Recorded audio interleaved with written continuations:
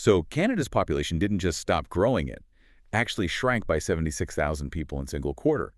Welcome to today's Deep Dive. We're looking at the Q1 2026 Canadian real estate market analysis from Blue Bear Group, and our mission today is mapping out what they call the new equilibrium. Right, the new equilibrium. Exactly. And whether you rent, buy, or you're just insanely curious about the economy, you really need to hear this. The foundational rules of Canadian housing have just completely inverted.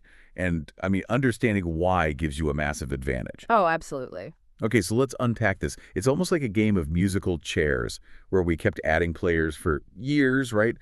But now, suddenly the players are leaving, but we are still building chairs. That is a really perfect analogy. And that 76,000 number you mentioned from Q4, that's really just the tip of the spear regarding this whole demographic shock. Wait, so it gets worse? Oh, yeah. If you look at 2025 as a whole, Canada added only 81,000 residents, so that's a 0.2% growth rate, which is the lowest we've seen in decades. Yeah, and what's fascinating here is that it completely shatters the fundamental investor premise of, ever-expanding demand. Right, because for years, the market just assumed that if you built a condo, a lineup of newcomers would be waiting to rent it. Exactly. The demand was just a given.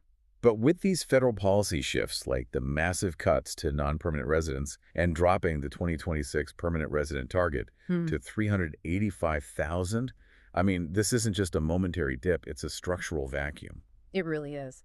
And we're seeing the immediate fallout in the multifamily sector right now. The national vacancy rate just climbed to 4.7%. Wow, 4.7%, that's huge. Yeah, developers are finishing these purpose-built rentals, they're turning on the lights, and realizing the anticipated tenant pool simply isn't there anymore.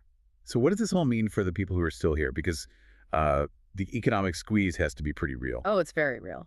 The Bank of Canada is holding its policy rate at 2.25%, which the report calls a stable but not easing posture. Right, so no relief coming anytime soon. Exactly. So homeowners who locked in lower rates a few years ago are hitting a renewal shock right now. They're getting slammed with 15 to 20% payment spikes on their mortgages. Ouch. That is painful. It is, but what elevates this from a temporary crisis to a chronic condition is how it interacts with negative leverage.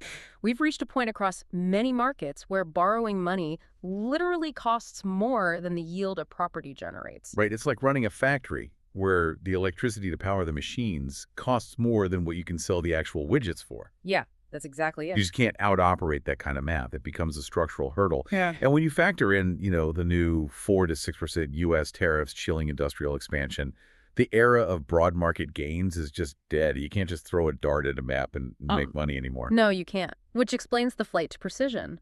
Necessity-based retail. So your grocery-anchored plazas and value pharmacies is booming because consumers are heavily pinched. They're just ruthlessly triaging their spending. Right. Focusing only on essentials. They can afford groceries, not luxuries. But wait, that triage aspect raises a huge question for me. If structural negative leverage is the new reality, and homeowners are facing 20% renewal spikes while cutting their budgets, how are they keeping their homes? Like, the math suggests we should be seeing a tidal wave of foreclosures. You'd think so, but the data from Quebec gives us a clear look into the exact survival mechanics at play here. In Q1, Quebec saw a 16.7% surge in legal mortgages. Okay, what exactly does a legal mortgage mean in this context? Basically, owners are defaulting on secondary obligations. So they're ignoring property taxes, skipping condo fees, stiffing contractors. Then the municipality or the strata registers a legal mortgage against the property to secure that unpaid debt. Oh, wow, so they're prioritizing the primary bank mortgage over everything else. Exactly. But even with that strategy, I mean, defaulting on municipal taxes would eventually trigger repossessions, wouldn't it? Well, actual home repossessions in Quebec dropped by 40.6%. Wait, really? Repossessions dropped by 40% while defaults on taxes and fees surged. How does that work legally? Through aggressive financial maneuvering. Specifically, consumer proposals and extended amortizations.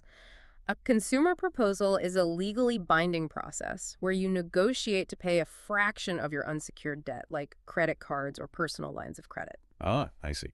Yeah, by legally slashing those unsecured debt payments, homeowners free up just enough cash flow to service their primary secured mortgage.